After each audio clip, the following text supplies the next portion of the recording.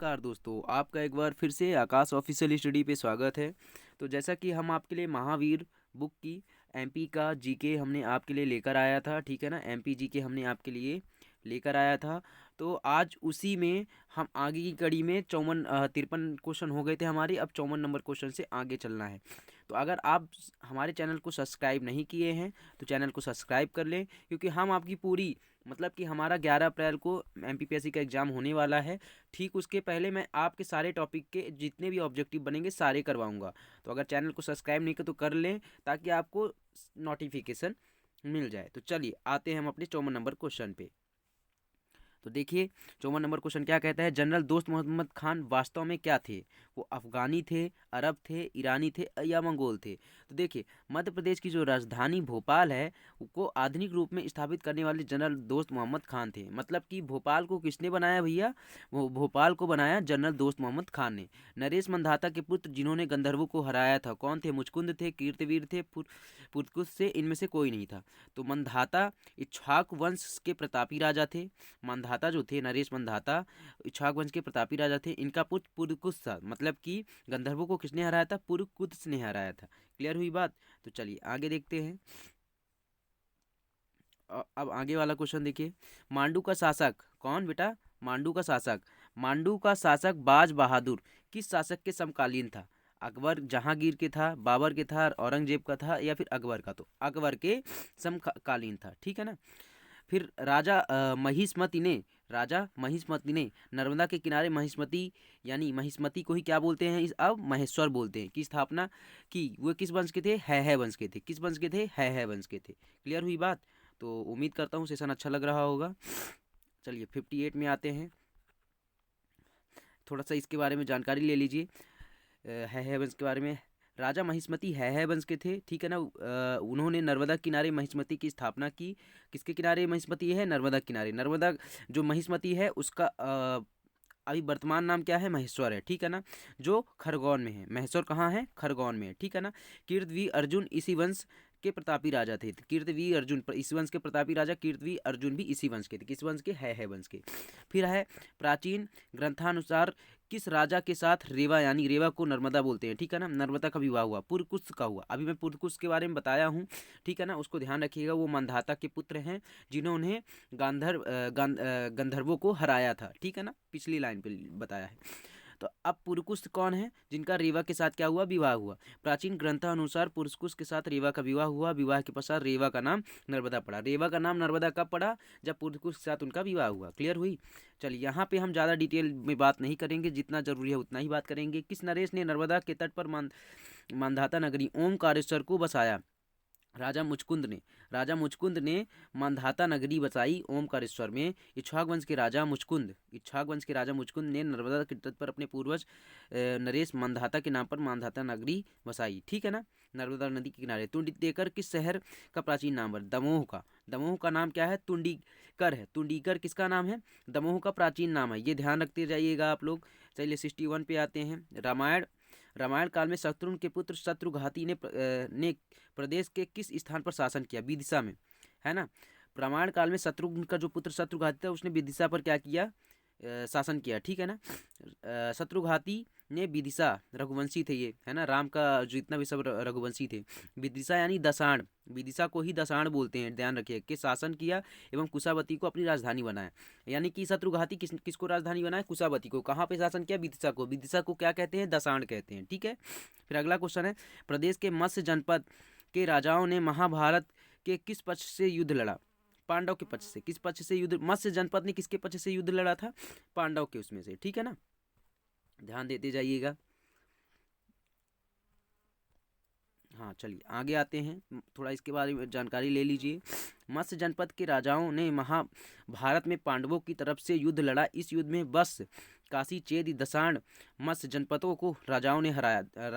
राजाओं ने पांडवों का साथ दिया। दसाण कौन थे? दसाण मैंने आपको बताया ना। दसाण जो थे आपके विदिशा वाले थे, ठीक है ना। ये ध्यान रखते जाइएगा। फिर निम्नलिखित में से कौन सा महाभारत युद्ध में पांडवों की ओर से नहीं शामिल हुआ था? अभी अभी आपने देखा वत्स हुआ था, काशी हुआ था, चेदी हुआ था, लेकिन महिष्मति नहीं हुआ था, ठीक है ना। पांडवों की ओर से महाभारत में युद्ध में वत्स लड़े थे, काशी लड़े थे, चेदी, कागुच, दसाण, मत्स्य जनपद ने युद्ध लड़ा। कौरवों की ओर से नील यानी महास्मति, अवंती, भोज, विदर्भ और निषाद। ये ध्यान रखिएगा, ये इंपॉर्टेंट पॉइंट है, ठीक है ना। तो चलिए नेक्स्ट स्लाइड पे आते हैं हम लोग। तो अगर आपको वीडियो अच्छा लग रहा हो तो चैनल को सब्सक्राइब कर लीजिएगा। चलिए नेक्स्ट क्वेश्चन क्या है आपका, निम्न में से किन राजा ने कौरवों की ओर से महाभारत के युद्ध में भाग नहीं लिया। निम्नलिखित में से किस राजा ने कौरवों की ओर से भाग नहीं लिया था। तो कारुस था। महाभारत के युद्ध में कौरवों की ओर से महिष्मति के नील ने लिया, अवंती ने लिया, फिर उसके बाद भोज, अंधक, निषाद, विदर्भ इतने लिया, ठीक है ना। भोज, अंधक, निषाद, विदर्भ और नील, अवंती ने। अब देखिए अगला क्वेश्चन क्या कहता है। अगला क्वेश्चन ये कहता है महाजनपद, क्या कहता है अगला क्वेश्चन, महाजनपद काल में, कब बेटा, महाजनपद काल में 16 महाजनपदों में से एक बहुत बड़ी महाजनपद अवंती थी, जिसकी राजधानी उज्जैनी थी, तथा दूसरी कौन सी थी, महिष्मति थी, है ना। ये ध्यान रखिए, प्राचीन काल में महाजनपद काल में 16 महाजनपद थे, एक महाजनपद अवंती था जिसकी राजधानी उज्जैनी थी, तथा दूसरी कौन थी, महिष्मति थी, जो महेश्वर में है ना। महेश्वर कहाँ है, कहाँ किस जिले के अंतर्गत आता है, तो खरगोन के अंतर्गत आता है, ठीक है ना। ये ध्यान रखिएगा आप लोग। फिर आता है मध्य प्रदेश का क्रमबद्ध इतिहास किस काल से प्राप्त होता है। मध्य प्रदेश का क्रमबद्ध इतिहास जो है मौर्य काल से प्राप्त होता है, ठीक है ना। किससे प्राप्त होता है, मौर्य काल से। मौर्य काल में सबसे पहला शासक कौन था, चंद्रगुप्त मौर्य था, ठीक है ना। और उज्जैन और कसरावत के स्तूप, उज्जैन और कसरावत के स्तूप, सांची एवं भरूच के स्तूप आदि का निर्माण किस वंश के शासक ने करवाया, मौर्य वंश में करवाया गया।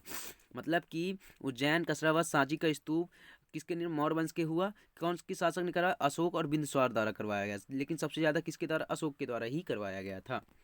चलिए फिर इसके बाद देखिए बरहुत के विश्व प्रसिद्ध स्तूप जिनका निर्माण मौर्य काल में हुआ, वर्तमान में किस जिले में है, सतना में है। ये ध्यान रखिएगा, बरहुत स्तूप कहाँ है, सतना जिले में है।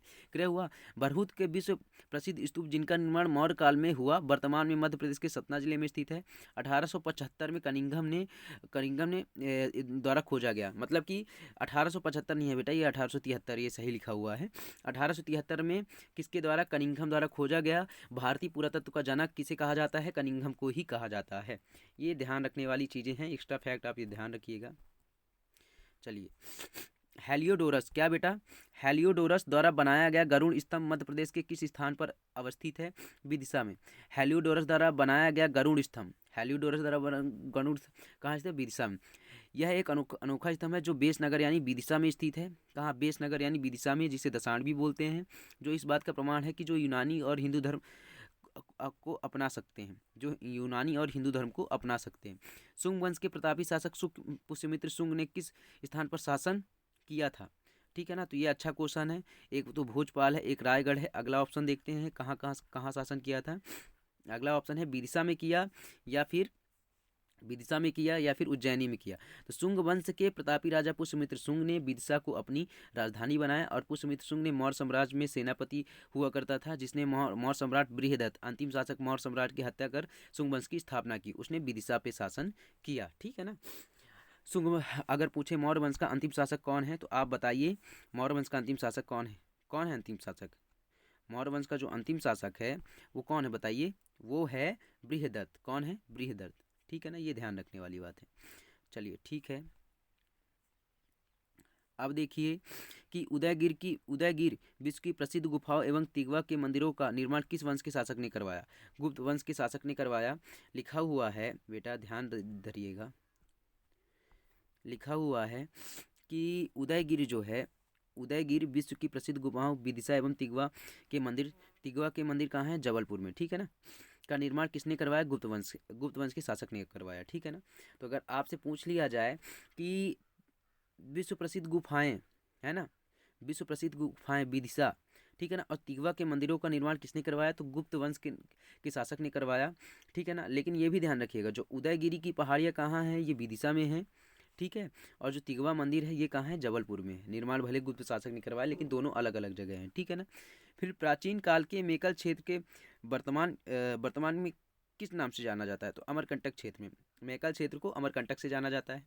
प्राचीन काल में मेकल क्षेत्र वर्तमान अमरकंटक क्षेत्र के नाम से जाना जाता है। यहीं पास मैकाल श्रेणी का भाग स्थित है, ठीक है। बौद्ध यात्री हेनसांग, बौद्ध यात्री हेनसांग कौन? बौद्ध यात्री हेनसांग मध्य प्रदेश के प्रमुख नगरों की यात्रा की। कौन सा यात्रा की, मतलब कहाँ का था ये? चीनी था, ठीक है ना। बौद्ध यात्री हेनसांग मध्य प्रदेश के कई नगरों की यात्रा की। हेनसांग चीनी यात्री था जो 7वीं शताब्दी में हर्षवर्धन के काल पे आया था। ये ध्यान रखिए, किसके काल में आया था? हर्षवर्धन के शासनकाल में आया था। मध्यकाल में परवार वंश का शासन क्षेत्र था मालवा, ठीक है। मध्य प्रदेश में जो मध्यकाल में इसका शासन कहाँ था? मालवा में था। इस वंश के प्रमुख राजा कौन थे? भोज थे, राजा भोज थे। उम्मीद करता हूँ सेशन अच्छा लग रहा होगा। अगर सेशन अच्छा लग रहा होगा तो दिल से लाइक करिएगा। परमार शासकों ने किस स्थान को अपनी राजधानी बनाया? परमार शासकों ने किस स्थान को अपनी राजधानी बनाया? तो परमार शासक ने धार को बनाया। परमार वंश का संस्थापक हर्ष या सियक था, ये ध्यान रखिएगा, हर्ष या सियक। परमार शासकों ने धार को अपनी राजधानी बनाई। इससे पूर्व उज्जैन थी, है ना। धार को राजधानी बनाने से पहले उज्जैन थी। इनका शासन 15वीं शताब्दी तक रहा। अकबर ने 1561 में मालवा पर आक्रमण किया। कितने में किया? 1561 में, ठीक है। फिर इसके बाद क्या है? चंदेल शासकों का शासन क्षेत्र कहाँ रहा? बुंदेलखंड। चंदेल शासक का संस्थापक गन्नुक था। चंदेल शासकों का शासन बुंदेलखंड पर था। इन्होंने 9वीं शताब्दी में छतरपुर के पास खजुराहो पर मंदिरों का निर्माण करवाया। छतरपुर के खजुराहो के मंदिरों का निर्माण किसने करवाया? तो चंदेल शासकों ने करवाया। ये 9वीं शताब्दी में करवाया। इनका नन्नू की मेन शासक था। इनका जो क्या कहते हैं शासन क्षेत्र बुंदेलखंड था, ठीक है ना। तो चलिए, उम्मीद करता हूँ सेशन अच्छा लग रहा होगा। तो अच्छा लगेगा तो दिल से लाइक करिएगा। राजा मुंज, और देखिए 77 नंबर क्वेश्चन करते हैं। जो राजा मुंज थे, कौन? राजा मुंज, है ना। और राजा भोज किस वंश के थे? परमार वंश के। अभी मैंने पहले आपको बताया। राजा मुंज और राजा भोज परमार वंश के प्रतापी शासक थे। इनका शासन धार जिले में था। मुंज धार से पहले क्या था? उज्जैनी था, ठीक है ना, राजधानी। मुंज ने धार में मुंज सागर झील बनवाई। मुंज सागर झील कहाँ बनवाई? धार में। मुंज सागर झील कहाँ है? धार में है। और किसने बनवाई? राजा मुंज ने बनवाई। किस वंश के शासक ने खजुराहो के विश्व प्रसिद्ध मंदिरों का निर्माण करवाया? चंदेल शासक ने करवाया। इसके पहले की स्लाइड में ही मैंने बताया था आपको कि खजुराहो में जो आपका क्या कहते हैं खजुराहो की मंदिरों का निर्माण करवाया चंदेल शासकों ने करवाया था 9वीं शताब्दी में, ठीक है ना। और खजुराहो के विश्व प्रसिद्ध मंदिरों का निर्माण चंदेल शासक ने 9वीं शताब्दी में करवाया। इन मंदिर में कंदरिया महादेव 64 योगिनी मंदिर हैं। ये बहुत खास क्वेश्चन है। कंदरिया में महादेव और 64 योगिनी खास है। ये कहाँ है? खजुराहो में है, ठीक है ना। इसका ध्यान रखिएगा। इनका निर्माण किसके द्वारा हुआ? इनका निर्माण ही किसके द्वारा हुआ? किस वंश के द्वारा? चंदेल वंश के द्वारा। उम्मीद करता हूँ समझ में आ रहा होगा। चलिए अगला क्वेश्चन पे आते हैं, 79 पे। वर्तमान में किस क्षेत्र का प्राचीन नाम जेजाक भुक्ति था? ये बुंदेलखंड का। जेजाक भुक्ति नाम किसका था? बुंदेलखंड का। महाकाव्य काल में बुंदेलखंड का नाम जेजाक भुक्ति था। यशोवर्मन किस वंश का प्रतापी राजा था? चंदेल वंश का था यशोवर्मन। लक्ष्मण वर्मन हर्ष पुत्र का उत्तराधिकारी था, है ना। लक्ष्मण वर्मन का उत्तराधिकारी यशोवर्मन था। इसने खजुराहो का विष्णु मंदिर बनवाया, कन्नौज पर आक्रमण किया तथा देवपाल को पराजित कर विष्णु मूर्ति प्राप्त की थी। जो विष्णु मंदिर बनवाया था वो खजुराहो में बनवाया, लेकिन विष्णु मंदिर आई कहाँ से?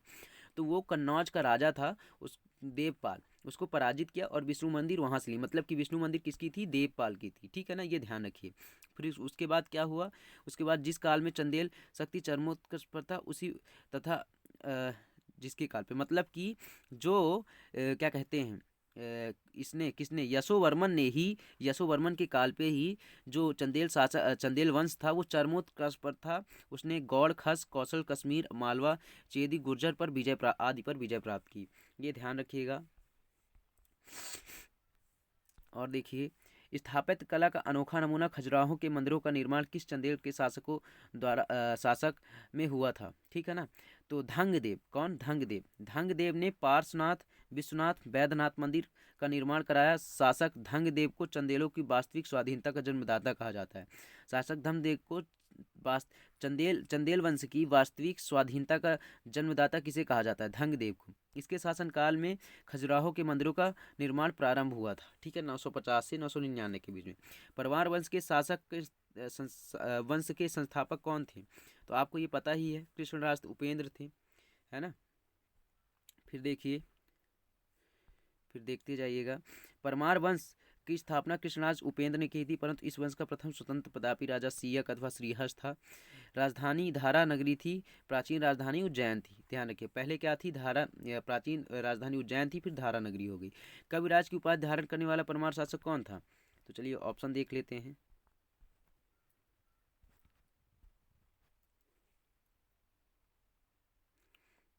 उम्मीद करता हूँ सेशन आपको अच्छा लग रहा होगा। ऑप्शन है धंग, भोज और कृष्णराज। तो कवि की किसने की थी? कविराज की उपाधि धारण करने वाला परमार वंश का प्रतापी राजा भोज था। राजा भोज धार का शासक था। कविराज राजा भोज द्वारा रचित निम्न कौन सा उनका ग्रंथ नहीं है? ये अच्छा क्वेश्चन है। देखिए, तो उन्होंने क्या सम्रांगण सूत्र जो वास्तुशास्त्र के लिए था, सिद्धांत संग्रह, तत्व प्रकाश, शैव ग्रंथ का था। लेकिन माल विकाग्निमित्रम नहीं लिखे थे। जो किसने लिखा था? माल विकाग्निमित्रम जो है लिखे थे आपके कालिदास जी ने, है ना। रघुवंशनाथम, माल विकाग्निमित्रम, है ना, ये सब कालिदास ने लिखे थे। राजा भोज के अन्य ग्रंथ थे सरस्वती कंठभरण, राजा मार्तंड, योग सूत्रविद्य, विद्या विनोद, युक्ति, कल्पतरु, चारु चर्चा, प्राकृत, व्याकरण, शब्दानुशासन इत्यादि। मालविकाग्निमित्रम कालिदास की रचना थी। उम्मीद करता हूँ ये सेशन आपको अच्छा लग रहा होगा। अगर अच्छा लग रहा होगा तो आप इसे लाइक करिएगा, क्योंकि एमपीपीएससी की पूरी आपको जानकारी यहीं पे मिलेगी और पूरा आपको यहाँ पे प्रैक्टिस करने के लिए मिलेगा। तो ज़रूर चैनल को सब्सक्राइब कर लें। धन्यवाद।